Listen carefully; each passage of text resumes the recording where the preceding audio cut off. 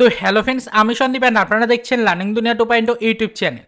তো ফ্রেন্ডস, আবারও কিন্তু আপনারা যারা আপার প্রাইমারি বা উচ্চ প্রাথমিকের শিক্ষক নিয়োগ প্রক্রিয়ার সাথে যুক্ত চাকরি প্রার্থী রয়েছেন, তো মূলত তাদের জন্যই আজকে ফেব্রুয়ারি মাসের একদম সর্বশেষ দিনে দাঁড়িয়ে অর্থাৎ 29শে ফেব্রুয়ারি 2024 তারিখে দাঁড়িয়ে আর্জেন্ট এই ভিডিওটা কিন্তু ক্রিয়েট করতেই হচ্ছে। আজকের ভিডিওটির মাধ্যমে সেকেন্ড কাউন্সিলিংয়ের জন্য ওয়েট থাকা চাকরি প্রার্থীদের জন্যই কিন্তু ফ্রেন্ডস ভিডিওটা ক্রিয়েট করছি বা কিছু ইনফরমেশন প্রোভাইড করছি। সেক্ষেত্রে কিন্তু ভিডিওটিকে একটু মনোযোগ সহকারে আপনি লাস্ট পর্যন্ত দেখার চেষ্টা করুন। আপনারা সকলেই জানেন ফেব্রুয়ারি শেষ মুহূর্ত অর্থাৎ 29/2/2024 তারিখে দাঁড়িয়ে আমাদের কিন্তু প্রত্যেকটা চাকরি প্রার্থীর একটা দিকেই নজর ছিল, সেটা হচ্ছে কলকাতা হাইকোর্টে চলতি ম্যাট কেসের হেয়ারিংয়ের দিকে। আজকে অর্থাৎ 29/2/2024 তারিখে কলকাতা হাইকোর্টের অ্যাপেলেট সাইডে যেরকমটা লিস্টেড ছিল সকাল পর্যন্ত কেস ওঠার ব্যাপারটা নিয়ে, ম্যাট কেসটা ওঠার ব্যাপারটা নিয়ে, ঠিক সেরকমই কিন্তু কলকাতা হাইকোর্টে আজকে কিন্তু দুপুর 2টোর দিকে কিন্তু কেসটা উঠেছিল এবং কেসটা ওঠার পরে এই কেসের কিন্তু ফ্রেন্ডস একটা বড় ধরনের আপডেট কিন্তু আবারও নতুন করে এসছে।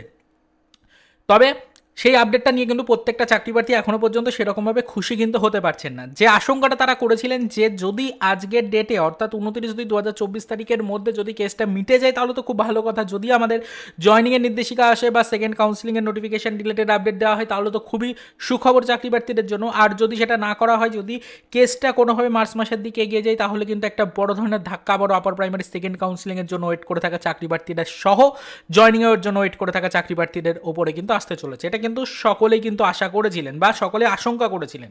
তো সেটাই কিন্তু ইতিমধ্যে সত্যি হয়েছে। আমাদের আজকে অর্থাৎ 29/2/2024 তারিখে ডেটে দাঁড়িয়ে যে কেসের হিয়ারিংয়ের আপডেটটা এসেছে সেখান থেকে দেখা যাচ্ছে যে আবারও নেক্সট হিয়ারিংয়ের ডেট রয়েছে আগামী মাসের 6 তারিখে। এটা একটা বড় ধরনের ধাক্কা কিন্তু আমাদের আপার প্রাইমারি সেকেন্ড কাউন্সিলিং সহ জয়নিংয়ের জন্য ওয়েট করে থাকা প্রত্যেকটা চাকরি প্রার্থীদের জন্য।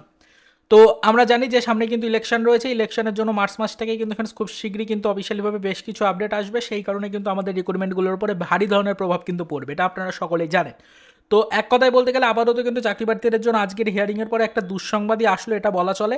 আপনারা অনেকেই আশা করেছিলেন এবং আমরাও অনেকেই আশা করেছিলাম যে এই বিষয়টা নিয়ে কিন্তু ফ্রেন্ডস আজকের ডেটে দাঁড়িয়ে একটা কোনো মীমাংসা কিন্তু হতে পারে বা একটা কোনো অফিসিয়াল আপডেট কিন্তু আসতে পারে যে আমাদের সেকেন্ড কাউন্সিলিংয়ের নোটিফিকেশন কমিশন কবে প্রকাশ করতে পারবে। যদি এই নির্দেশিকা পেয়ে যেত তাহলে কিন্তু কমিশন অবশ্যই সামনে ইলেকশনটাকে টার্গেটে রাখলেও তারা কিন্তু ফ্রেন্ডস অবশ্যই ইলেকশন চলতি থাকলেও তারা কিন্তু ফ্রেন্ডস তাদের নোটিফিকেশন প্রকাশ করতে পারতো। তবে আপাতত কিন্তু ফ্রেন্ডস এই কেসের একটা বড় ধরনের ধাক্কা কিন্তু থেকে গেল এই ম্যাট কেসের হিয়ারিং ডেটটা পরিবর্তিত হয়ে যাওয়ার কারণে।